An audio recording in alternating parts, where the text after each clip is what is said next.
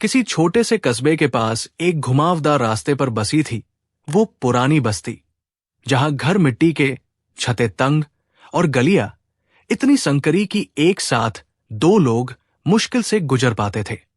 लोग अपनी अपनी दुनिया में व्यस्त रहते, पर शाम होते ही चौपाल खुल जाती।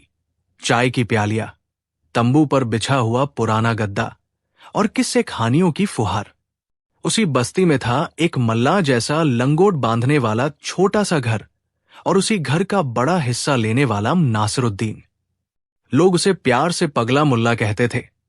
कुछ उसे अजीब कहकर टोक देते और कुछ उसकी बातों पर घंटों हंसते।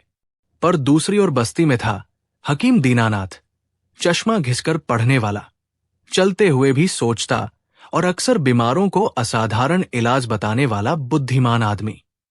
बच्चे उसे सबसे बड़ा बुद्धिमान मानते थे और बूढ़े लोग उसकी राय मानकर निश्चय कर लेते थे कि दीनानाथ ही गांव का सबसे बड़ा देवता है और मुल्ला बस एक शरारती परिंदा। एक रोज शहर से एक समाचार आया कि पास के राजस्व विभाग ने उस इलाके की जमीनों का नया सर्वे किया है और एक अधिकारी आने वाला है। अधिकारी के आने से पंचायत में हलचल मची। किसी ने कहा कि अधिकारी जमीन के दायरे तय करेगा, किसी ने कहा टैक्स की नई सूची आएगी। सुबह से तहखाने की तरह बातें फैलने लगी। गांव के कुछ बड़े लोगों ने सोचा कि अधिकारी को प्रभावित करना अच्छा रहेगा, इसलिए उन्हें किसी ऐसे व्यक्ति की जरूरत पड़ी जो बोलकर मामला संभाल सके। दीनानाथ और मुल्ला दोनों को बुलाया गया। सबसे पहले अधिकारी पहुंचा तो उसने पूछा किसके पास क्या दस्तावेज है। गांव के सरपंच ने बड़े गर्व से अपने कागज दिखाए। कुछ छोटे किसानों के पास उधारी की रसीदें थी और कुछ के पास केवल स्मृति में दर्ज नाम थे। अधिकारी ने सबको ध्यान से देखा और बोला, जो भी प्रमाण है सब यहां जमा करो। गांव वाले घबराए नहीं, पर यह तो एक तरह की जांच थी। किसकी जमीन किसने ली, किसकी सीमा कहां तक है। दीनानाथ ने कहा कि उसके पास ठीक ठीक नक्शे हैं और उसने महीनों पहले ही अपनी सीमाएं दर्ज करवा ली थी। सरपंच के चेहरे पर संतोष था। मुल्ला ने सिर हिलाया और मुस्कुराकर कहा, भाई साहब, मेरी जमीन नदी के किनारे है, मगर मछली पकड़ने के बहाने मैं अक्सर नदी के उस पार भी चला जाता हूं, इसलिए साबित करने लायक कुछ नहीं है। अधिकारी ने कहा, जो लिखित है वही चलेगा। दीनानाथ ने बड़ी बातों में अपनी वकालत की और अधिकारी ने उसी का विश्वास किया। गांव के कई लोग यही मान बैठे कि बुद्धिमान की बात हमेशा सही होती है। मुल्ला चुप रहा, पर उसकी आंखों में कुछ और खेल रहा था। वो घर लौटा और अपने पास के खेत की खामोशी में बैठकर हंसा। उसने देखा कि लोग पढ़े लिखे नामों और दस्तावेजों से प्रभावित हो जाते हैं, पर जिंदगी के असली मसले अक्सर दस्तावेजों का मोहताज नहीं होते। वो सोचने लगा कि क्या बुद्धिमत्ता सिर्फ शब्दों और किताबों तक सीमित है? क्या पागलपन और मासूमियत में भी कोई गहरी बुद्धि नहीं छिपी होती? कुछ दिनों बाद गांव में एक ताजा समस्या आई। जंगल के पास एक नए कुएं का पानी अचानक बदल गया। जो पहले मीठा था अब हल्का खारा लगने लगा। खेत सूखने लगे और लोग परेशान हो गए। सरपंच ने बुलाया कि दीनानाथ से पूछताछ करे, क्योंकि वह इस तरह की बातों का हल निकालता रहा था। दीनानाथ ने कहा, किसी ने शायद कुएं के पास भारी पत्थर गिरा दिए होंगे या नदियों का प्रवाह बदल गया होगा। उसने महंगा यंत्र और गहरी पड़ताल की बात कही। गांव के लोग एक बार फिर उसके पास गए। मुल्ला ने सुना और बोला, हमें प्रकृति के साथ लड़ना नहीं चाहिए, उसे समझना चाहिए। पर किसी ने उसकी बात पर ध्यान नहीं दिया। वो तो हंसने ठोली करने वाला था, बुद्धि का प्रतीक नहीं। फिर एक रात अचानक तेज बारिश आई और दूसरी सुबह सबको पता चला कि नदी में कहीं ऊपर से जमीन धंसने से एक ताजे पानी का मार्ग बन गया है और उसी से खारा पानी कुएं तक पहुंच गया। दीनानाथ की यांत्रिक विकल्पों ने काम नहीं किया। उसे प्रकृति के करीब जाकर समझना पड़ा। उसने लोगों से कहा कि हमें नदी का बहाव थोड़ा मोड़ना होगा और कुएं की निकासी बदलनी होगी, पर यह काम कला और अनुभव मांगता था। गांव वालों ने मिलकर योजना बनाई और इस बार मुल्ला भी साथ था। उसने खुदा खुदाई कहा, मोल भाव किया और अचानक बन पड़े प्लान में जो कुछ भी मजाकिया था वो कर दिखाया। उसने पुरुषों को हंसते हंसते काम पर लगाया और बच्चे दहाड़ कर पत्थर उठाने लगे। आखिरकार कुआं साफ हुआ और पानी फिर से मीठा हुआ। यहां लोगों ने देखा कि बुद्धिमत्ता सिर्फ किताब नहीं, सामंजस्य और हंसी में भी मिलती है। दीनानाथ ने तकनीक दी, मुल्ला ने मेहनत और जोश दिया। दोनों ने मिलकर गांव की वास्तविक समस्या सुलझाई। समय के साथ गांव में एक नई चुनौती आई। स्कूल में पढ़ने वाले बच्चों की संख्या घटने लगी। परिवारों को मजदूरी के लिए शहर के फैक्ट्रियों में काम करने के लिए भेजना पड़ रहा था और स्कूल का मास्टर भी परेशान था। मास्टर ने गांव के बुजुर्गों को बुलाया और सुझाव मांगा। दीनानाथ ने उच्च शिक्षा और पाठ्यक्रम सुधार की बात की। उसने कहा कि बच्चों को वैज्ञानिक तरीके सिखाने चाहिए और काम का विकल्प देकर सेमिनार रखने होंगे। मुल्ला ने चुपचाप सुना और फिर अचानक बोला, हम बच्चों को कहानी सुनाएं और खेल के जरिए सिखाएं। लोगों ने उस पर ठहाका लगाया, पर मास्टर ने कहा कि कभी कभी सीखने की सबसे सधी हुई राह खेल और कहानी होती है। वो मुल्ला को मौका देना चाहता था क्योंकि बच्चों की आंखों में मुल्ला जैसी आवाज की चमक थी। वो जोड़ों और कहानियों से जुड़ जाता था। मुल्ला ने स्कूल में बच्चों को छोटी छोटी कहानियां सुनाना शुरू किया। वो नाचता, बोलता, नकल करता और हर कहानी में लोगों की हंसी छिपा देता। बच्चों ने स्कूल में लौटना शुरू कर दिया क्योंकि वो पाठ्य पुस्तक के शब्दों को जीवन में बदल देता था। एक महीने में स्कूल में हंसी की आवाजों ने फिर से घर बना लिया। दीनानाथ ने देखा कि बच्चों की समझ में बड़े बदलाव हैं। गणित की समस्याएं अब खेल की तरह हल होती और विज्ञान के प्रयोग अंगूठे के निशान जैसा मजेदार हो गया। दीनानाथ ने स्वीकार किया कि कभी कभी गंभीर बुद्धि को मुलायम हृदय और सरल शैली की जरूरत होती है।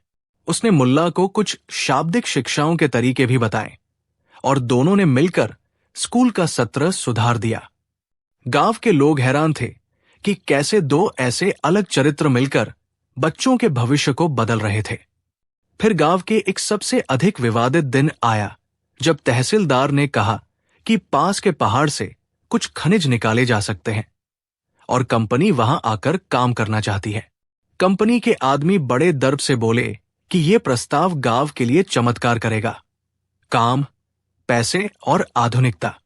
पर कई लोगों को डर था कि यह प्रकृति को बिगाड़ देगा और गांव की मिट्टी नष्ट हो सकती है। सभा बुलाई गई और दीनानाथ ने बैठक में विस्तार से खतरों को बताया। उसने आर्थिक मॉडल, जमीन का नुकसान और दीर्घकालिक प्रभाव गिनाए। कंपनी वाले रंग बदलते रहे पर उन्होंने गोलक पे की तरह सौदे भी दिए। मुल्ला ने चुपचाप सब सुन लिया और पूछा, किसने कहा कि चांदी पैसे का पथ है? अगर चांदी हमें रात में सोने नहीं दे रही तो क्या फायदा? लोग हंसे पर एक बुजुर्ग ने पूछा कि मुल्ला का मतलब क्या है? मुल्ला बोला, अगर पहाड़ों को खोद दिया तो हमें वो हवा नहीं मिलेगी जिसमें बच्चों की हंसी घुलती है। हम रोज रोज के पैसे लिए बिना जीना सीखेंगे, पर एक बार सब नष्ट हो गया तो क्या वापस आएगा? विवाद गहरा गया। कंपनी ने गांव के कुछ लोगों को बड़ी रकम के लालच में बांधा। दीनानाथ ने विशेषज्ञ रिपोर्ट मांगी और उसने कई गणनाएं और भविष्यवाणियां दिखाई, पर रिपोर्टें और चार्ट इतने सूखे लग रहे थे कि कुछ लोगों को समझ ही नहीं आ रहा था कि क्या सही है। मुल्ला ने कहा कि हर बार जब किसी ने बड़ी रकम दिखाई तो गांव के कुछ रिश्ते टूटे और एक घर से दूसरे घर के बीच दूरी बढ़ी। उसने छोटे छोटे प्रयोग किए।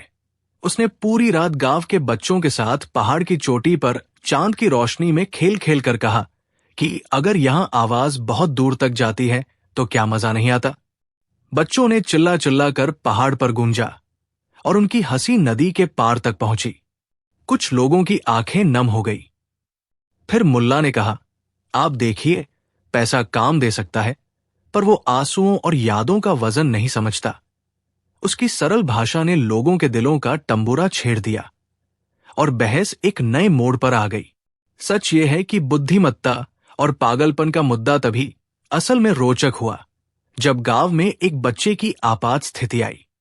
एक दिन गांव के सबसे छोटे बालक, जो नदी के किनारे खेल रहा था, पानी के तेज बहाव में फिसल गया। लोग दौड़े, लेकिन पानी का बहाव इतना तेज था कि कोई भीतर नहीं उतर सकता था। दीनानाथ ने कहा कि हमें रस्सियां और कुर्सियां बांधकर प्रायोगिक ढंग से खींचना होगा। उसने गणित के हिसाब से दूरी नापी और तैयारियां करवाई, पर समय कम था। मुल्ला ने चिल्लाकर कहा, मैं जाऊंगा। सबने उसे रोका क्योंकि वो पागल था, और पागलों से बचने का नुस्खा यह है कि उन्हें मौका न दिया जाए। पर मुल्ला बिना ठहराए नदी की ओर दौड़ा। उसने अपनी धोती कसकर बांधी, अपने मुंह से कसीदे पढ़े नहीं, बस तेजी से पानी में छलांग लगा दी। उसने बच्चे को घुटनों से पकड़ लिया और अपने कंधों पर उठाकर तैरते तैरते किनारे तक आया। पूरा गांव स्तब्ध था। दीनानाथ ने पानी के वैज्ञानिक कारणों का अध्ययन किया और कहा कि जिस तरह मुल्ला ने प्रवाह पढ़ा वो असाधारण था। उसने पानी की चाल और रोशनी की परछाइयों से देखा कि किधर की धारा कमजोर है। लोग समझ गए कि साधारण दिखने वाले पागलपन में भी गहन दृष्टि हो सकती है। मुल्ला ने बच्चे की आंखों में देखा और कहा, देखो, मैं पागल हूं, पर पगलेपन में भी प्यार रहता है। उस घटना के बाद गांव के लोगों का विचार बदल गया। उन्होंने देखा कि दीनानाथ की बुद्धिमत्ता ने जीवन को सुगम बनाया, पर मुल्ला की समझ ने दिलों को बचाया। दोनों में संतुलन की जरूरत थी। लोगों ने मिलकर तय किया कि नहीं, गांव में किसी एक को ही सबसे बुद्धिमान कहना अनुचित था। बुद्धिमत्ता कई रंगों में मिलती है। दीनानाथ ने यह स्वीकार किया और मुल्ला ने खुद को बदलने की जरूरत महसूस नहीं की, क्योंकि वो अपनी मासूमियत और हास्य पर गर्व करता था। पर उसने एक बात जरूर कर दी। उसने गांव के प्रवेश पर एक बोर्ड चाहा जिस पर लिखा हो, यहां बुद्धिमत्ता अलग अलग रूपों में आती है, कुछ पढ़कर, कुछ देखकर, कुछ बेतुकी हंसी में। समय के साथ गांव में और भी हास्य और गहरी घटनाएं हुई। मुल्ला ने एक बार बाजार में एक दिव्यांग बूढ़े व्यापारी के जूते चुरा लिए, पर चोराई के बाद जब पुलिस आई तो मुल्ला ने फोन करके कहा कि जूते चुराए गए हैं और उन्होंने उन्हें अपनी दुकान पर पहनकर बेच दिया है। पुलिस ने छानबीन की तो मालूम हुआ कि बूढ़ा आदमी ही खुद अपने जूते बदलना चाहता था, क्योंकि उसे पुराने जूते पीले पड़ गए थे और उसने सबको एक नाटक में उलझा दिया। ये पूरा नाटक उस दिन इसलिए हुआ क्योंकि बूढ़े को महसूस हुआ कि अगर लोग हंसेंगे तो उनका अकेलापन कुछ कम होगा। मुल्ला ने सिर्फ उस खुशी को सामने लाने में मदद की। दीनानाथ ने इस पर एक लेख लिखा कि कैसे छोटे छोटे नाटक सामाजिक बंधनों को मजबूती देते हैं, और धीरे धीरे हर कोई समझ गया कि बुद्धिमत्ता का अर्थ केवल सही उत्तर नहीं, सही प्रश्न पूछना, सही समय पर हंसना और सबसे मुश्किल समय में भी आशा बनाए रखना है। 1 वर्ष बाद गांव में फिर से चुनाव आया। इस बार गांव वालों ने तय किया कि न सिर्फ वोट देकर बल्कि अपनी जिंदगी के मूल्यों पर पुनर्विचार करेंगे। चुनाव के नजदीक आता हुआ मौसम और बहस दोनों गर्म रहे। दीनानाथ ने अपने विचार सभा में रखे पढ़ाई, स्कूल और बेहतर स्वास्थ्य सुविधाएं। मुल्ला ने कहा, हमें अपनी मिट्टी का ख्याल रखना होगा, अपने खेतों में हमें बीज की तरह आपसी मान रखना होगा। उसने छोटे छोटे खेलों की योजना बताई, जहां गांव के सभी लोग मिलकर खूब हंसेंगे और अपने बीच की दूरी दूर करेंगे। लोगों ने सोचा कि ये तो अजीब है कि चुनाव में भी कोई हंसी की नीति लेकर आ रहा है, पर फिर सबको याद आया कि जब गांव एकजुट रहता है तो किसी भी बाहरी ताकत का सामना आसानी से कर सकता है। चुनाव के दिन दोनों ने सभा करके लोगों को समझाया। दीनानाथ ने रणनीति बताई, मुल्ला ने संदेश पहुंचाया। लोग वोट देने तो गए ही, पर सबसे ऊपर गांव ने एक नया नियम बनाया, जो भी फैसला लिया जाएगा वो युक्ति और हृदय दोनों का मिलन होना चाहिए। किसी भी पूरी तरह से दिमागी योजना को अगर प्रेम और मानवता से नहीं बांधा गया तो वो अटपटे परिणाम दे सकती है। इस नए सिद्धांत ने गांव के प्रशासन और जीवन शैली दोनों को बदल दिया। ठीक वैसे ही जैसे दीनानाथ और मुल्ला की जोड़ी ने समय के साथ बदलकर गांव के भविष्य के लिए संतुलित बीज बो दिए थे। समय बीतता गया और मुल्ला बूढ़ा होता दिखा, पर उसकी हंसी कभी नहीं फीकी पड़ी। दीनानाथ भी अपनी शालीनता के साथ कम उम्र का नहीं दिखता था, पर उसने सीखा कि बुद्धिमत्ता का अर्थ केवल गणना नहीं, समाज की नब्ज को समझना भी है। एक शाम गांव के चौपाल पर दोनों बैठे थे और बच्चे उनके पास आकर बैठ गए। उनमें से एक ने पूछा, मुल्ला अंकल, आप पागल हैं या बुद्धिमान? मुल्ला ने बच्चों की आंखों में देखा, मुस्कुराया और बोला, तुम्हारी आंखें जान ले तो बताऊंगा। उसने बच्चों से पूछा कि वो क्या देख रहे हैं। बच्चे बोले कि उनकी आंखों में आकाश और बादल, नदी और पेड़ सब है। मुल्ला ने कहा, जो तुम देख रहे हो वही असल है। बुद्धिमत्ता वो है जो तुम्हें उस चीज से जोड़ दे, और पागलपन वह है जो तुम्हें हंसना सिखा दे। दोनों मिलकर जीवन बनाते हैं। फिर दीनानाथ ने अपने चश्मे पर हाथ फेरा और बोला, मैंने किताबों में बहुत कुछ पढ़ा, पर तुम्हें असली सवालों के जवाब वही देंगे जो जीवन के साथ जीते हैं। इसलिए अगर तुम जानना चाहते हो कि कौन सबसे बुद्धिमान है, तो ये मत पूछो कि किसके पास कितनी किताबें हैं या कितने प्रमाण हैं। पूछो कि किसने अपने ज्ञान से लोगों की जिंदगी बेहतर की और किसने अपनी अचेत बुद्धि से किसी के दिल को छुआ। बच्चों ने सिर हिलाया और एक छोटा बच्चा बोला, तो दोनों? दीनानाथ और मुल्ला दोनों हंस पड़े। सही उत्तर वही था जो बचपन की मासूमियत में था, दोनों। वक्त ने साबित कर दिया कि गांव का असली सौंदर्य उसी संतुलन में है। दीनानाथ की तर्कसंगत बुद्धि ने गांव के विकास के बीज बोए और मुल्ला की सरलता ने उन बीजों की मिट्टी को नरम रखा। गांव में नई पीढ़ी आई जिसने विद्यालय में गणित और विज्ञान पढ़े, पर हर शाम चौपाल पर मुल्ला की कहानियों और दीनानाथ की शहद जैसी सलाह का स्वाद भी लिया। लोग अब किसी को सबसे बड़ा बुद्धिमान कहकर ऊंचा नहीं उठाते थे और न ही किसी को पागल कहकर ठुकराते थे। वे समझ गए थे कि बुद्धिमत्ता के कई चेहरे होते हैं और पागलपन भी कभी कभी सबसे सीधी आंखों वाला सच बोल देता है। समापन में जब गांव के खेतों पर फिर से फूल आए और नदी ने अपनी पुरानी मिठास वापस पाली, तो लोग अक्सर बताते कि कैसे उन्होंने तब समझा जब एक बच्चे को बचाने के लिए पागला दिखने वाले मुल्ला ने अपने जीवन की बाजी लगाई, और कैसे दीनानाथ ने उस घटना के बाद अपनी युक्तियों को और लोगों के साथ बांटा। गांव के बच्चे अब सीखते हैं कि हंसना और सोचना दोनों जरूरी है, और जो व्यक्ति हंसी के साथ ज्ञान बांटता है वो किसी भी किताबी बुद्धिमान से कम नहीं। इसलिए जब भी कोई पूछे कि पगला मुल्ला या सबसे बड़ा बुद्धिमान, तो तुम्हें बस इतना कहना चाहिए, दोनों, क्योंकि दुनिया में हर तरफ बुद्धिमत्ता बिखरी है। कुछ सोचने में, कुछ महसूस करने में और कुछ बस बिना सोचे कर देने में। और वही असली समझ है जो लोगों को जोड़ दे और जिंदगी को जीने लायक बना दे। गांव के पास एक छोटा सा किला था जहां का बादशाह खूब हंसाने और अजीब बोंगरीब लोगों को अपने दरबार में बुलाने का शौकीन था। उसके दरबार में बुद्धिमान लोग आते, कवि आते, तांत्रिक आते और कभी कभी ऐसे लोग भी आ जाते जिनकी बातों से दरबार में चुप्पी टूट जाती। पर फिर भी बादशाह को हंसाने का आनंद कुछ अलग ही था।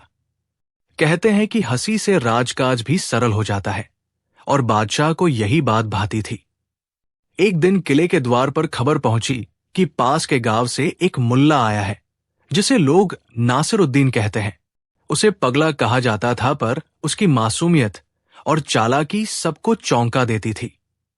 बादशाह ने कहा कि उसे दरबार में बुलाओ।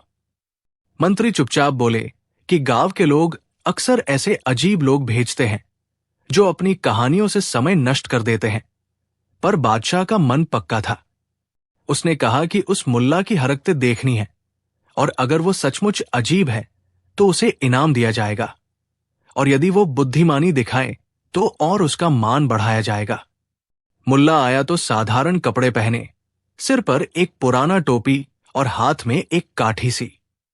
उसका चेहरा परिहास और मासूमियत से भरा था। दरबार में वही पारंपरिक शोरगुल हुआ। लोग उसकी ओर देखकर मुस्कुराने लगे। कुछ लोग सोच रहे थे कि ये तो वही करता धरता होगा जो बाजार में हंसी बांटता है और सरपंचों से टकरा जाता है। मुल्ला कदमों से आगे बढ़ा, सर झुकाया और बादशाह के सामने खड़ा हुआ। बादशाह ने पूछा कि बताओ, तुम कौन हो और तुम्हारे पास क्या कला है?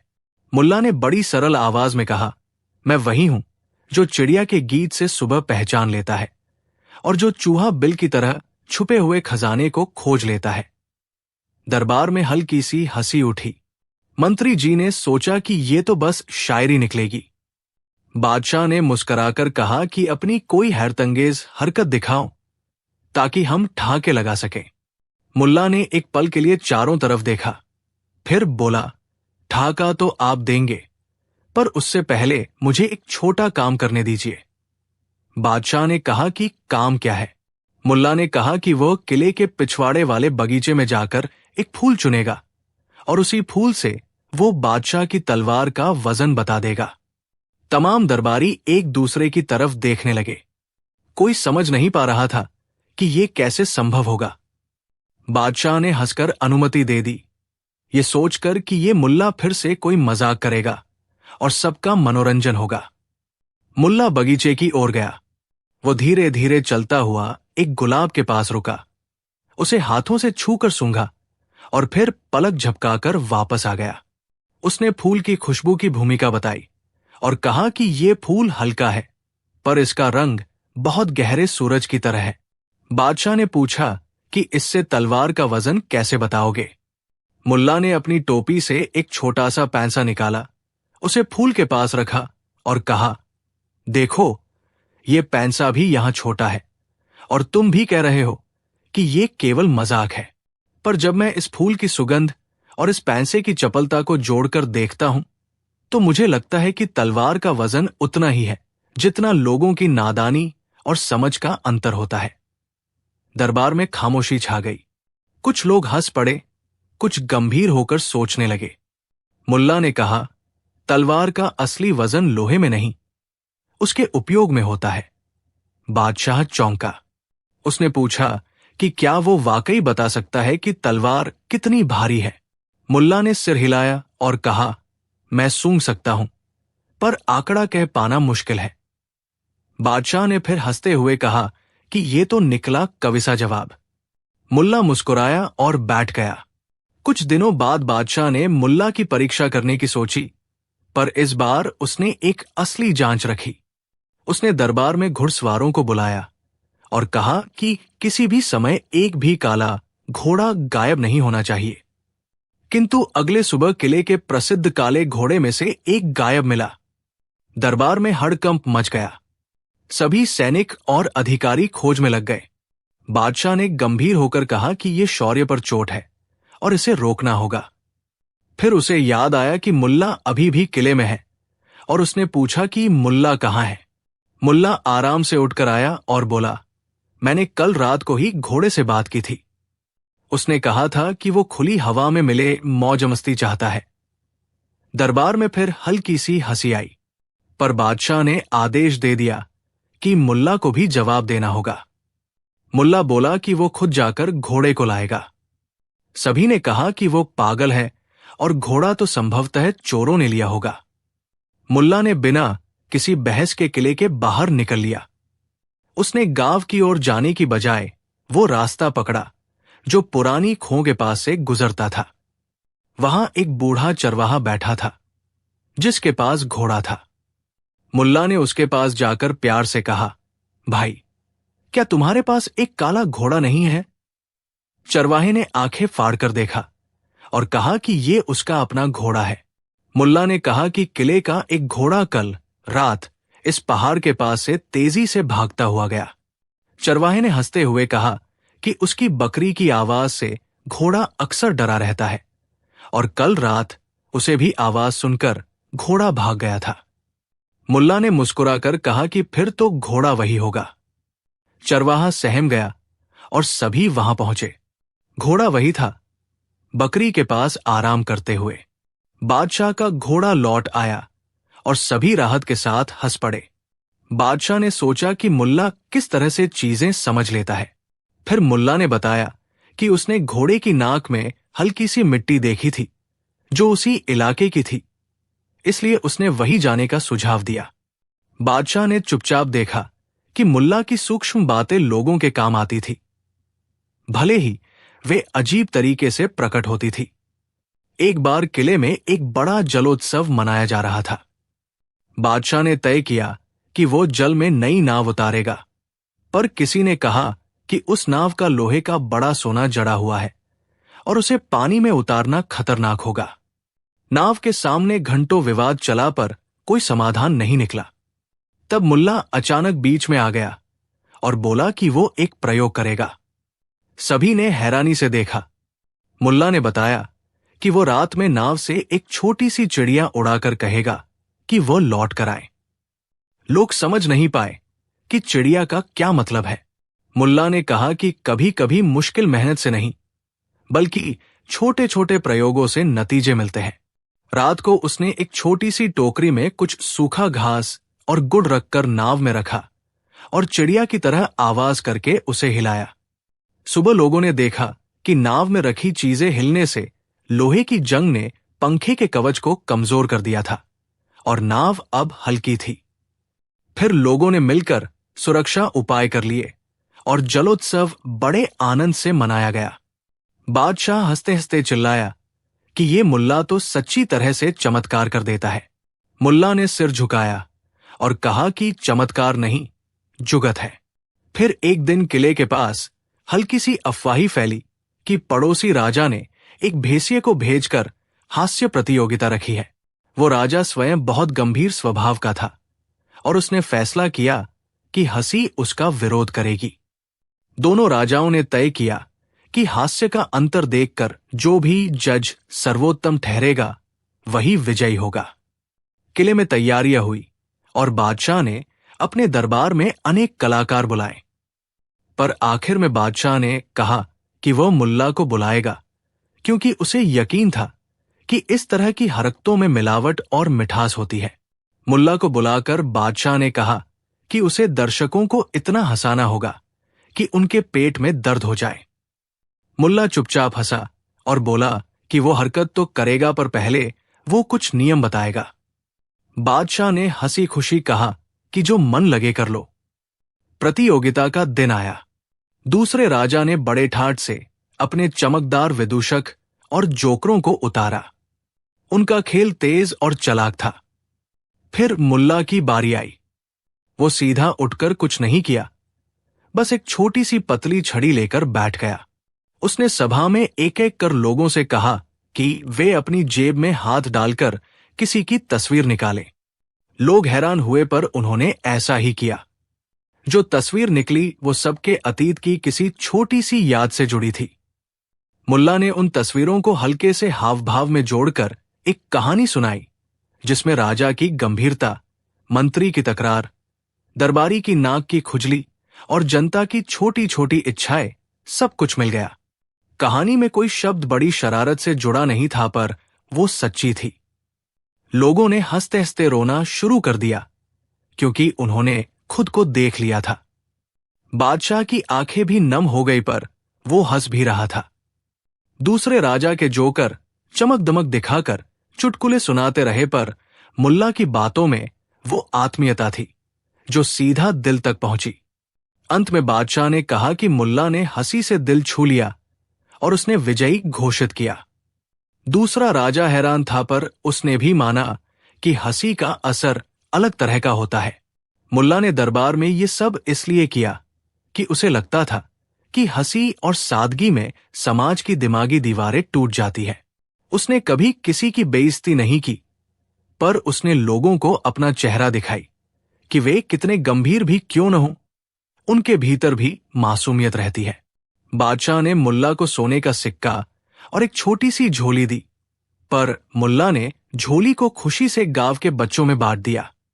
बादशाह ने इस बात पर गहराई से मुस्कुराकर कहा कि मुल्ला ने उसे भी वो हंसी दी जो राजसी बंधनों में खो चुकी थी। समय बीता और मुल्ला किले का अक्सर मेहमान बना रहा। उसने न सिर्फ बादशाह को हंसाया, बल्कि उसे सिखाया कि हंसी कभी कमजोरी नहीं होती, वो समझ का एक रूप है। बादशाह ने सीखा कि जो व्यक्ति अजीब व्यवहार करे वो अनिवार्य रूप से समझदार न हो, पर अक्सर उसकी समझ में जीवन के रंग होते हैं। मुल्ला ने किले के लोगों को यह भी दिखाया कि बुद्धिमानी कितनी भी गंभीर क्यों न हो, उसमें दिल होना जरूरी है। बादशाह, जो पहले कभी किसी चीज पर खुलकर हंसता नहीं था, अब कई बार मुल्ला की हरकतों पर खुलकर ठहाका मार देता था। उसकी हंसी में अब राज्य की थकान कम दिखती थी और शासन में मानवीयता का स्पर्श भी जुड़ गया था। कहानी का अंत तब हुआ जब एक दिन बादशाह ने सार्वजनिक रूप से कहा कि मुल्ला ने उसे वो उपहार दिया जो न तो सोने में मिलता है और न ही सिंहासन से आता है। उसने कहा कि सच में हंसी और सरलता का मिश्रण ही सच्ची ताकत है, और उसने मुल्ला को अपनी मित्रता का प्रतीक माना। मुल्ला ने सिर झुकाकर कहा कि वो मित्रता में धन की तलाश नहीं करता, वो तो बस एक चुटकी हंसी बांटना चाहता है। बादशाह हंसा और पूरी महफिल हंसी से गूंज उठी। उस दिन के बाद से कहा गया कि मुल्ला की हरकतें देखकर बादशाह भी हंसने लगे थे, और उसी हंसी ने दरबार में नई रोशनी डाली। गांव के पास एक छोटा सा किला था, जहां का बादशाह खूब हंसाने और अजीब बोंगरीब लोगों को अपने दरबार में बुलाने का शौकीन था। उसके दरबार में बुद्धिमान लोग आते, कवि आते, तांत्रिक आते, और कभी कभी ऐसे लोग भी आ जाते जिनकी बातों से दरबार में चुप्पी टूट जाती। पर फिर भी बादशाह को हंसाने का आनंद कुछ अलग ही था। कहते हैं कि हंसी से राजकाज भी सरल हो जाता है, और बादशाह को यही बात भाती थी। एक दिन किले के द्वार पर खबर पहुंची कि पास के गांव से एक मुल्ला आया है, जिसे लोग नासिरुद्दीन कहते हैं। उसे पगला कहा जाता था, पर उसकी मासूमियत और चालाकी सबको चौंका देती थी। बादशाह ने कहा कि उसे दरबार में बुलाओ। मंत्री चुपचाप बोले कि गांव के लोग अक्सर ऐसे अजीब लोग भेजते हैं जो अपनी कहानियों से समय नष्ट कर देते हैं। पर बादशाह का मन पक्का था। उसने कहा कि उस मुल्ला की हरकतें देखनी है, और अगर वो सचमुच अजीब है तो उसे इनाम दिया जाएगा, और यदि वो बुद्धिमानी दिखाए तो और उसका मान बढ़ाया जाएगा। मुल्ला आया तो साधारण कपड़े पहने, सिर पर एक पुराना टोपी और हाथ में एक काठी सी। उसका चेहरा परिहास और मासूमियत से भरा था। दरबार में वही पारंपरिक शोरगुल हुआ। लोग उसकी ओर देखकर मुस्कुराने लगे। कुछ लोग सोच रहे थे कि ये तो वही करता धरता होगा जो बाजार में हंसी बांटता है और सरपंचों से टकरा जाता है। मुल्ला कदमों से आगे बढ़ा, सर झुकाया और बादशाह के सामने खड़ा हुआ। बादशाह ने पूछा कि बताओ, तुम कौन हो और तुम्हारे पास क्या कला है? मुल्ला ने बड़ी सरल आवाज में कहा, मैं वही हूं जो चिड़िया के गीत से सुबह पहचान लेता है और जो चूहा बिल की तरह छुपे हुए खजाने को खोज लेता है। दरबार में हल्की सी हंसी उठी। मंत्री जी ने सोचा कि ये तो बस शायरी निकलेगी। बादशाह ने मुस्कुराकर कहा कि अपनी कोई हैरतंगेज हरकत दिखाओ ताकि हम ठहाके लगा सकें। मुल्ला ने एक पल के लिए चारों तरफ देखा, फिर बोला, ठहाका तो आप देंगे, पर उससे पहले मुझे एक छोटा काम करने दीजिए। बादशाह ने कहा कि काम क्या है? मुल्ला ने कहा कि वो किले के पिछवाड़े वाले बगीचे में जाकर एक फूल चुनेगा और उसी फूल से वो बादशाह की तलवार का वजन बता देगा। तमाम दरबारी एक दूसरे की तरफ देखने लगे। कोई समझ नहीं पा रहा था कि ये कैसे संभव होगा। बादशाह ने हंसकर अनुमति दे दी, ये सोचकर कि ये मुल्ला फिर से कोई मजाक करेगा और सबका मनोरंजन होगा। मुल्ला बगीचे की ओर गया। वो धीरे धीरे चलता हुआ एक गुलाब के पास रुका, उसे हाथों से छूकर सूंघा और फिर पलक झपकाकर वापस आ गया। उसने फूल की खुशबू की भूमिका बताई और कहा कि ये फूल हल्का है, पर इसका रंग बहुत गहरे सूरज की तरह है। बादशाह ने पूछा कि इससे तलवार का वजन कैसे बताओगे? मुल्ला ने अपनी टोपी से एक छोटा सा पैंसा निकाला, उसे फूल के पास रखा और कहा, देखो, ये पैंसा भी यहां छोटा है, और तुम भी कह रहे हो कि ये केवल मजाक है, पर जब मैं इस फूल की सुगंध और इस पैंसे की चपलता को जोड़कर देखता हूं तो मुझे लगता है कि तलवार का वजन उतना ही है जितना लोगों की नादानी और समझ का अंतर होता है। दरबार में खामोशी छा गई। कुछ लोग हंस पड़े, कुछ गंभीर होकर सोचने लगे। मुल्ला ने कहा, तलवार का असली वजन लोहे में नहीं, उसके उपयोग में होता है। बादशाह चौंका। उसने पूछा कि क्या वो वाकई बता सकता है कि तलवार कितनी भारी है? मुल्ला ने सिर हिलाया और कहा, मैं सूंघ सकता हूं, पर आंकड़ा कह पाना मुश्किल है। बादशाह ने फिर हंसते हुए कहा कि ये तो निकला कविसा जवाब। मुल्ला मुस्कुराया और बैठ गया। कुछ दिनों बाद बादशाह ने मुल्ला की परीक्षा करने की सोची, पर इस बार उसने एक असली जांच रखी। उसने दरबार में घुड़सवारों को बुलाया और कहा कि किसी भी समय एक भी काला घोड़ा गायब नहीं होना चाहिए। किंतु अगले सुबह किले के प्रसिद्ध काले घोड़े में से एक गायब मिला। दरबार में हड़कंप मच गया। सभी सैनिक और अधिकारी खोज में लग गए। बादशाह ने गंभीर होकर कहा कि यह शौर्य पर चोट है और इसे रोकना होगा। फिर उसे याद आया कि मुल्ला अभी भी किले में है और उसने पूछा कि मुल्ला कहाँ है। मुल्ला आराम से उठकर आया और बोला, मैंने कल रात को ही घोड़े से बात की थी। उसने कहा था कि वो खुली हवा में मिले मौज मस्ती चाहता है। दरबार में फिर हल्की सी हंसी आई, पर बादशाह ने आदेश दे दिया कि मुल्ला को भी जवाब देना होगा। मुल्ला बोला कि वो खुद जाकर घोड़े को लाएगा। सभी ने कहा कि वो पागल है और घोड़ा तो संभवतः चोरों ने लिया होगा। मुल्ला ने बिना किसी बहस के किले के बाहर निकल लिया। उसने गांव की ओर जाने की बजाय वो रास्ता पकड़ा जो पुरानी खों के पास से गुजरता था। वहां एक बूढ़ा चरवाहा बैठा था जिसके पास घोड़ा था। मुल्ला ने उसके पास जाकर प्यार से कहा, भाई, क्या तुम्हारे पास एक काला घोड़ा नहीं है? चरवाहे ने आंखें फाड़कर देखा और कहा कि ये उसका अपना घोड़ा है। मुल्ला ने कहा कि किले का एक घोड़ा कल रात इस पहाड़ के पास से तेजी से भागता हुआ गया। चरवाहे ने हंसते हुए कहा कि उसकी बकरी की आवाज से घोड़ा अक्सर डरा रहता है और कल रात उसे भी आवाज सुनकर घोड़ा भाग गया था। मुल्ला ने मुस्कुराकर कहा कि फिर तो घोड़ा वही होगा। चरवाहा सहम गया और सभी वहां पहुंचे। घोड़ा वही था, बकरी के पास आराम करते हुए।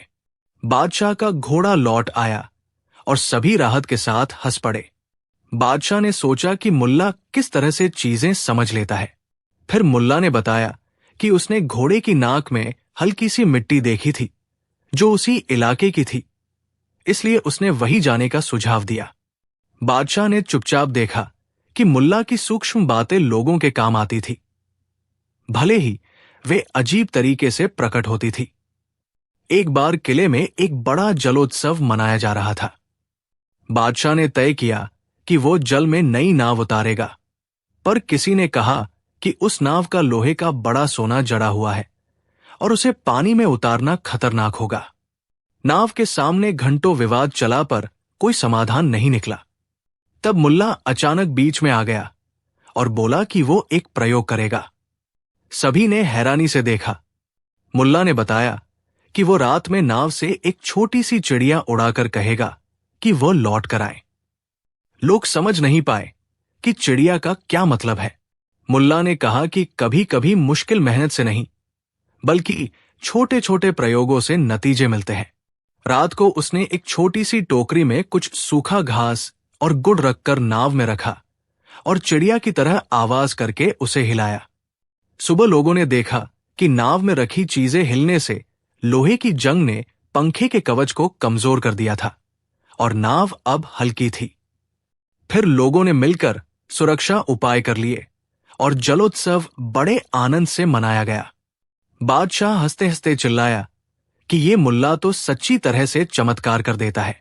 मुल्ला ने सिर झुकाया और कहा कि चमत्कार नहीं, जुगत है। फिर एक दिन किले के पास हल्की सी अफवाही फैली कि पड़ोसी राजा ने एक भेसिये को भेजकर हास्य प्रतियोगिता रखी है। वो राजा स्वयं बहुत गंभीर स्वभाव का था और उसने फैसला किया कि हंसी उसका विरोध करेगी। दोनों राजाओं ने तय किया कि हास्य का अंतर देखकर जो भी जज सर्वोत्तम ठहरेगा वही विजयी होगा।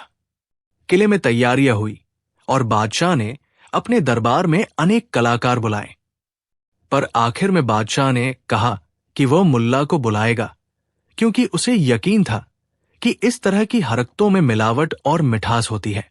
मुल्ला को बुलाकर बादशाह ने कहा कि उसे दर्शकों को इतना हंसाना होगा कि उनके पेट में दर्द हो जाए। मुल्ला चुपचाप हंसा और बोला कि वो हरकत तो करेगा, पर पहले वो कुछ नियम बताएगा। बादशाह ने हंसी खुशी कहा कि जो मन लगे कर लो। प्रतियोगिता का दिन आया। दूसरे राजा ने बड़े ठाठ से अपने चमकदार विदूषक और जोकरों को उतारा। उनका खेल तेज और चालाक था। फिर मुल्ला की बारी आई। वो सीधा उठकर कुछ नहीं किया, बस एक छोटी सी पतली छड़ी लेकर बैठ गया। उसने सभा में एक एक कर लोगों से कहा कि वे अपनी जेब में हाथ डालकर किसी की तस्वीर निकालें। लोग हैरान हुए, पर उन्होंने ऐसा ही किया। जो तस्वीर निकली वो सबके अतीत की किसी छोटी सी याद से जुड़ी थी। मुल्ला ने उन तस्वीरों को हल्के से हाव भाव में जोड़कर एक कहानी सुनाई, जिसमें राजा की गंभीरता, मंत्री की तकरार, दरबारी की नाक की खुजली और जनता की छोटी छोटी इच्छाएं सब कुछ मिल गया। कहानी में कोई शब्द बड़ी शरारत से जुड़ा नहीं था, पर वो सच्ची थी। लोगों ने हंसते हंसते रोना शुरू कर दिया, क्योंकि उन्होंने खुद को देख लिया था।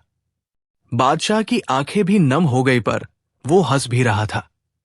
दूसरे राजा के जोकर चमक दमक दिखाकर चुटकुले सुनाते रहे, पर मुल्ला की बातों में वो आत्मीयता थी जो सीधा दिल तक पहुंची।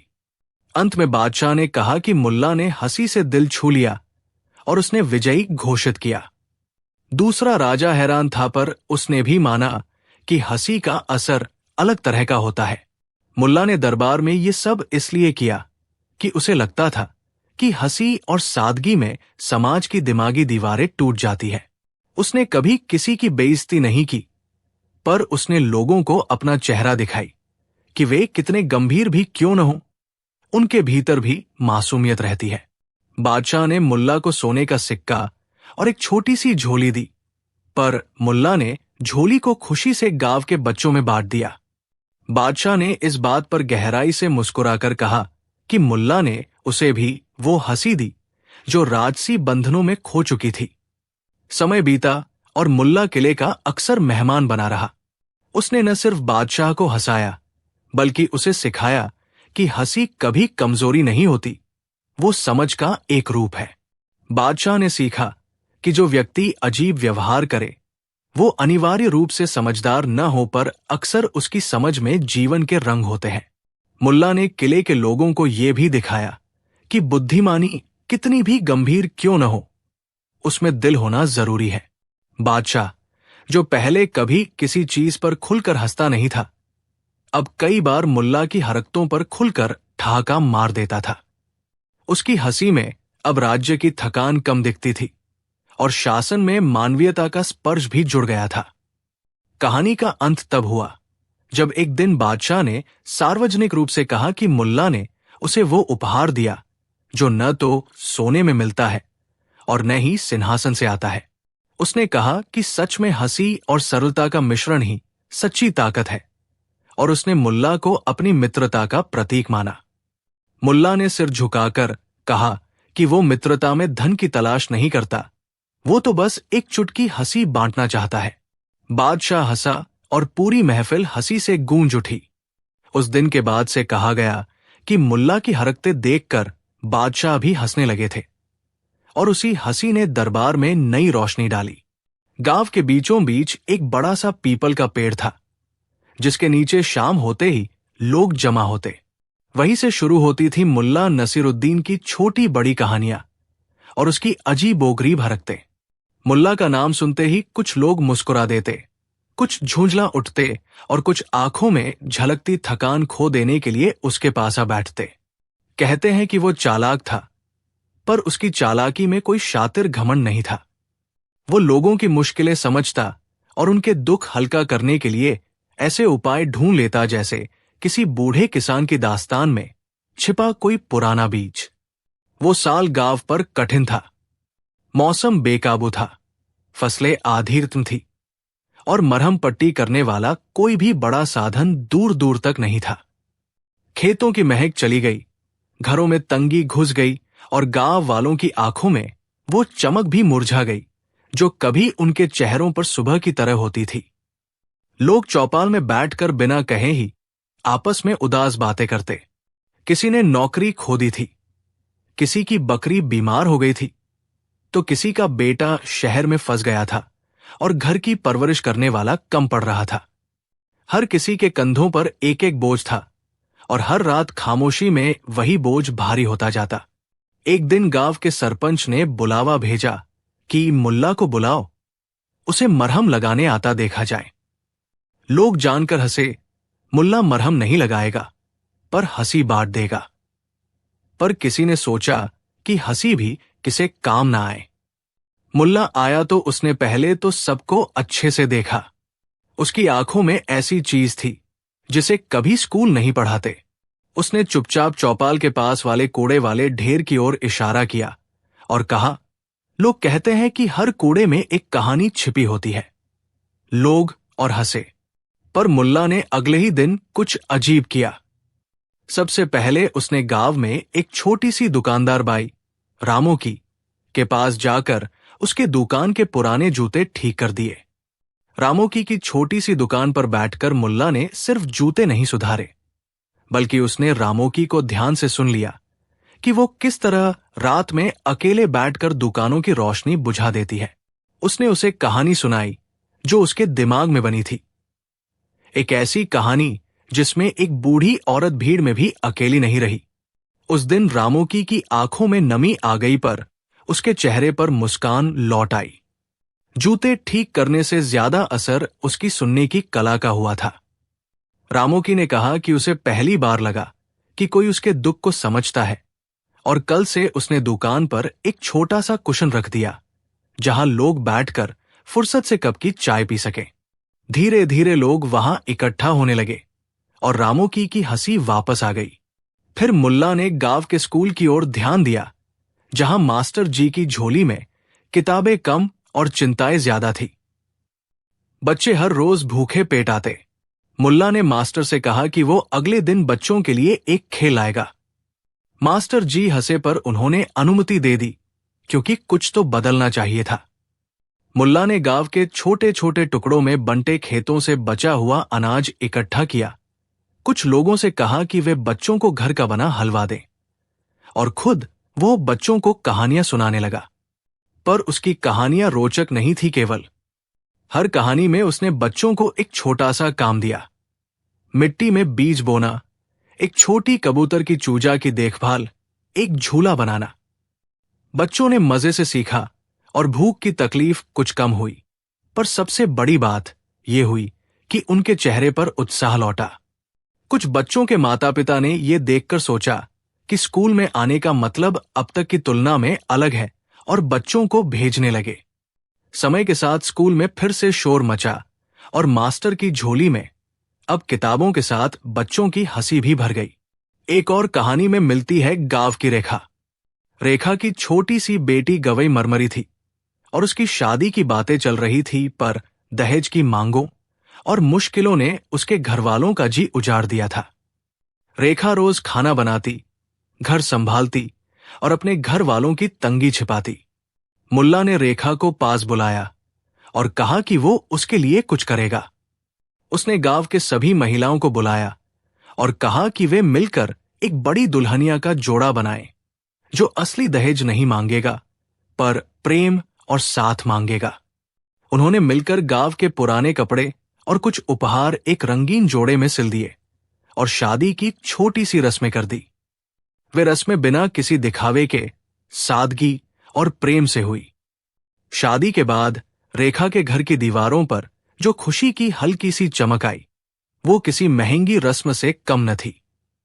मुल्ला ने सिर्फ इशारा किया कि खुशियां कुछ चीजों से नहीं मिलती और लोग धीरे धीरे समझ गए कि मदद एक दूसरे के साथ निभाने में है, बड़े समारोह में नहीं।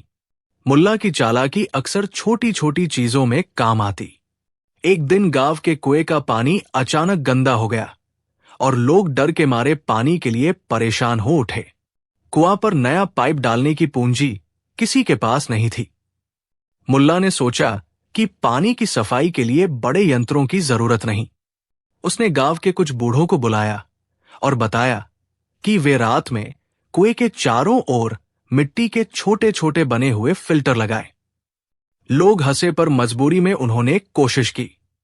मिट्टी के छोटे छोटे फिल्टरों ने चमत्कार नहीं किया, पर पानी की एक परत साफ हुई और उसे उबालकर इस्तेमाल करने पर बीमारियों में कमी आई। अधिक महत्वपूर्ण यह हुआ कि लोगों ने ठान लिया कि किसी भी समस्या के लिए इंतजार करने की बजाय मिलकर हल ढूंढना बेहतर है। इस नए जज्बे से गांव के लोगों की दुखों की फसल धीरे धीरे कम होती गई। पर मुल्ला की असली चालाकी तब दिखी जब गांव में एक बड़ी मनमुटाव की आग लगी। दो परिवारों के बीच एक छोटी सी बात बढ़कर बहुत बड़े झगड़े में बदल गई। खेत की सीमा के कारण कलाकलब बढ़ गई और लोग लड़ते लड़ते उलझकर एक दूसरे से कट गए।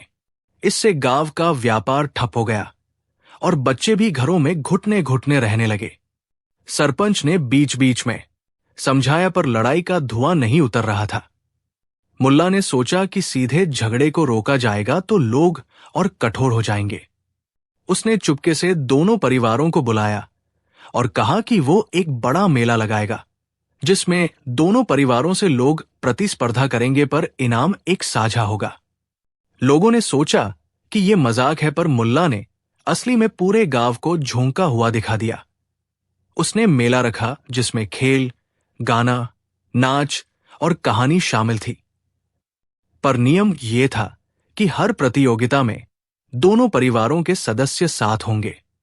शुरुआत में लोग अनिच्छा से साथ हुए, पर धीरे धीरे खेल में हंसी, साझेदारी और पुरानी यादें झलकने लगी। एक बच्ची ने अपने पिता की बाह पकड़ी और कहा कि अब वो खेलना चाहती है। एक बूढ़े ने नाचते हुए अपनी युवा यादें साझा की और दोनों परिवारों के बीच की खाई घटने लगी। अंत में जब पुरस्कार दिया गया तो मुल्ला ने कहा कि पुरस्कार तो एक मिट्टी का बर्तन है जिसे दोनों परिवारों ने मिलकर संजो कर रखना है। इस सादे से संकेत ने उन दोनों परिवारों के बीच फिर से बातचीत शुरू कर दी और गिले शिकवे जमीन की तरफ बिखरने लगे। मुल्ला की चालाकी का असर यह हुआ कि लोग फिर से एक दूसरे की मदद करने लगे और गांव में जो एकता थी वो लौट आई। एक बार गांव में सूखे के कारण कई घरों में खाने की कमी हो गई। मुल्ला ने तब गांव के सभी बुजुर्गों को इकट्ठा किया और कहा कि वे उन घरों को पहचाने जहां सबसे ज्यादा मदद की जरूरत है। फिर उसने गांव के लोग को बांटा हुआ काम सौंपा। कोई कुछ दाने देगा, कोई कुछ फल, कोई लकड़ी, और कुछ लोग मिलकर छोटे छोटे व्यापार करने लगे ताकि पैसे आए।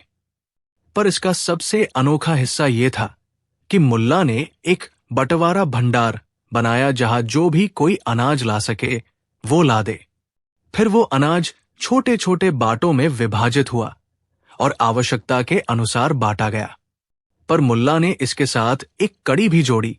हर व्यक्ति जो अनाज लेता वो गांव के किसी एक काम में मदद करेगा, चाहे वो रास्ते की सफाई हो या बच्चों की पढ़ाई में मदद। इस प्रकार लोगों ने मदद लेते हुए भी दिया और आत्मरक्षा और सम्मान बना रहा। इससे लोगों की हिम्मत बढ़ी और गांव में आत्मनिर्भरता की भावना लौट आई। मुल्ला की सबसे बड़ी चालाकी उस दिन दिखी जब गांव में एक बड़ा संकट आया। बरसात के बाद पहाड़ी से मिट्टी की धंसान ने कई घरों को नुकसान पहुंचाया और कुछ लोग असहाय होकर घरों से निकले। सरकार के अधिकारी आने में समय लगेगा और गांव के पास संसाधन कम थे। मुल्ला ने बिना घबराए गांव के लोगों को जुटाया और कहा कि हर कोई वो करेगा जो कर सकता है। उसने काम को छोटे छोटे हिस्सों में बांटा। नक्शा बनाने वाला कोई, खाने का प्रबंध करने वाला कोई, और घरों की मरम्मत में जो लोग सीख चुके थे वे अगुवाई करने लगे। पर मजेदार बात थी कि मुल्ला ने कुछ अजीब तरीके अपनाए। उसने गांव के बच्चों को भी सिखाया कि वे छोटे छोटे टोकरे बनाकर टूटे फूटे सामान इकट्ठा करें और बीमारों के लिए छोटे छोटे आरामदायक बिस्तर बनाएं। बच्चों ने उत्साह से काम किया और गांव में एक उत्सव जैसा माहौल बन गया। किसी ने पाया कि जब सबका ध्यान किसी काम पर लगा हुआ हो तो दुख का बोझ हल्का हो जाता है। घरों की मरम्मत में समय लगा पर गांव वालों ने वो सब कुछ कर दिखाया जो बड़े बड़े कामों में समय लगता। अधिकारियों के आने तक कई परिवारों की मुश्किलें कम हो गई और अधिकारी गांव की उस क्षमता को देखकर दंग रह गए। उन्होंने सबसे पहले क्या पूछा? उन्होंने पूछा कि ये कैसे संभव हुआ। लोग बोले, मुल्ला ने कहा था कि दिल से किया गया काम कम कर देता है दुख। समय के साथ मुल्ला की चालाकी गांव के भीतर एक संस्कृति बन गई। लोग छोटी छोटी परेशानियों को मिलकर हल करने लगे। पर मुल्ला ने सबसे महत्वपूर्ण चीज ये सिखाया कि दुख का इलाज केवल सामान या पैसे नहीं होते। वो लोगों की कहानियां सुनता, बच्चों के साथ बैठकर खेलता, बूढ़ों की पीड़ा पर अपने स्नेह की छड़ी पटकता और कभी कभी चुपके से किसी के लिए एक प्याला चाय या एक नर्म रोटी भेज देता। उसकी चालाकी में हमेशा एक मानवीय पहलू रहता। वो लोगों को ये एहसास देता कि वे अकेले नहीं हैं। कई बार जब कोई गांव वाला रात में उदास बैठा होता तो सुबह उसे पता चलता कि किसी ने उसके दरवाजे पर खाना रख दिया है।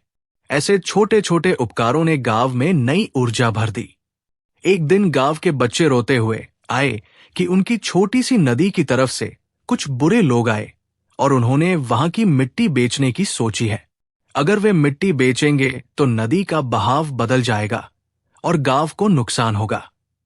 लड़खड़ाती आवाज में बच्चे ने बताया कि वे डरते हैं कि जहां वे खेलते थे अब वो जगह चली जाएगी। गांव के बुजुर्गों ने इसे गंभीरता से लिया पर बात टकराव तक जा सकती थी क्योंकि पैसों की लालसा लोगों को बहकाती थी। मुल्ला ने बिना किसी भारी भाषण के बच्चों को बुलाया, उनके साथ बैठकर नदी के किनारे खेला और फिर उनसे पूछा कि नदी उनके लिए क्या है। बच्चों की छोटी छोटी बातें, जैसे कि यहां मेरी मां मछली पकाती है, यहां मैं अपने दोस्त के साथ तैरता हूं, ने सबकी आंखें खोल दी। मुल्ला ने गांव के लोगों के लिए एक छोटी सी प्रदर्शनी लगाई जहां बच्चों ने नदी की तस्वीरें बनाई और उनमें बताया कि नदी ने कैसे उनके जीवन को रंग दिया है। उन चित्रों ने बड़े लोगों की नींद उड़ा दी। आखिरकार लोगों ने तय किया कि वे नदी की रक्षा करेंगे और किसी भी तरह की बिक्री रोकेंगे। मुल्ला की चालाकी, बच्चों की मासूमियत को एक ताकत बनाकर सामने लाना ने गांव के भविष्य को बचाया। वो दिन आया जब गांव फिर से खुशियों के गीत सुनने लगा। खेतों में हल्की सी फसल आ गई थी। लोग फिर से मिलकर काम करने लगे और चौपाल पर हंसी गूंजने लगी। मुल्ला की वजह से लोगों के चेहरों पर जो हल्की चमक लौट आई थी वो किसी औषधि की वजह से नहीं थी, बल्कि एक नए समझौते और साझा भावना की वजह से थी। लोगों ने सीखा कि दुखों का सामना करने के लिए बुद्धिमत्ता से भरा दिमाग जरूरी है, पर उससे भी जरूरी मन की सादगी और एक दूसरे का साथ है। मुल्ला के छोटे छोटे उपायों ने गांव की आत्मा को फिर से जीवित कर दिया। जल्दी ही किसी विदेशी यात्री ने गांव की बात सुनी और आया। उसने देखा कि कैसे यहां लोग मिलकर रहते हैं और कैसे छोटी छोटी मुस्कानें बड़ी मुश्किलों को हरा देती है। उसने पूछा कि ये सब कैसे संभव हुआ। गांव वालों ने एक स्वर में कहा, मुल्ला ने सिखाया कि अगर तुम किसी की पीड़ा समझो और उसे हल्का कर दो तो दुख खुद ही भाग जाता है। यात्रा करने वाले ने पूछा कि बहरूपिया मुल्ला क्या तकनीक बताता है। गांव वालों ने हंसकर कहा कि मुल्ला की तकनीक गुप्त नहीं है, वो बस हर किसी की आवाज सुनता और उसे अपनी कहानी में बदल देता है। वो लोगों की छोटी छोटी इच्छाओं को बड़े काम में बदल देता। उसके लिए चालाकी मतलब छल नहीं, बल्कि समस्याओं का आसान और मानवतावादी हल निकाला करना था। कई बरस बीत गए। मुल्ला बूढ़ा हुआ पर उसकी आंखों की चमक नहीं बुझी। वो अक्सर चौपाल के पास बैठकर नई नई चालाकियां सोचता और गांव वाले उससे सीखते रहे। जब भी कहीं कोई उदासी आई, उसके पास जाना सामान्य हो गया। लोग उसे पगला कहते, फिर भी उसके दिल में सबकी खुशियां बसती थी। एक शाम चौपाल पर गांव के सारे लोग इकट्ठे हुए और सरपंच ने कहा कि इस गांव की वारिसी यही है कि वो मुश्किलों में भी मुस्कुरा लेता है। सबने मुल्ला की ओर देखा और वह मुस्कुराया। उसने कहा कि उसने कभी कोई जादू नहीं किया, बस लोगों ने अपने दुख बांटे और एक दूसरे पर भरोसा किया। उसने कहा, जब तुम अपने दुख को किसी और के साथ बांटते हो तो वो दुख आधा हो जाता है, और जब तुम किसी का दुख हल्का करते हो तो तुम्हारा अपना दिल भी हल्का होता है। उस रात हर घर में हल्की सी मुस्कान थी। लोग जानते थे कि आगे भी मुश्किलें आएंगी, पर अब वे अकेले नहीं थे। मुल्ला ने दिखाया कि चालाकी का असली स्वरूप यही है, किसी के लिए बिना शोर किए मदद करना, छोटे छोटे कामों में स्नेह जोड़ना, और कभी कभी केवल सुनकर भी किसी को राहत पहुंचाना। गांव की गलियां फिर गूंज उठीं, बच्चे फिर तालियां बजाने लगे और बूढ़ों की बातें फिर से रंगीन हो गई। किसी ने कहा कि मुल्ला की छोटी छोटी हरकतों ने सबके दुख दूर कर दिए, पर सच ये था कि उसने केवल रास्ता दिखाया, एक ऐसा रास्ता जिसमें लोगों ने एक दूसरे के साथ खड़े होने का निर्णय किया। समय के साथ मुल्ला की कहानियां आसपास के गांवों में भी फैल गई। लोग आते और पूछते कि किसने ये सिखाया कि दुखों को मिलकर हल किया जा सकता है। वे देखते कि बड़े बड़े घरों की नहीं बल्कि एक छोटी सी दुकान की दादी की हंसी कितनी कीमती है। और मुल्ला, वो फिर से अपने पीपल के नीचे बैठकर बच्चों को कहानियां सुनाने लगा। कभी किसी के जूते सिलते, कभी किसी के बच्चे का सिर थपथपाते। उसकी चालाकी, उसकी मासूमियत और उसकी समझ ने गांव की जिंदगी में एक नए प्रकाश का जन्म किया। लोग आज भी जब किसी मुश्किल में पड़ते हैं तो एक दूसरे की ओर देखते और पहले मुल्ला की सीधी सी बात करते, थोड़ी मदद करो, थोड़ी हंसी बांटो और सब ठीक हो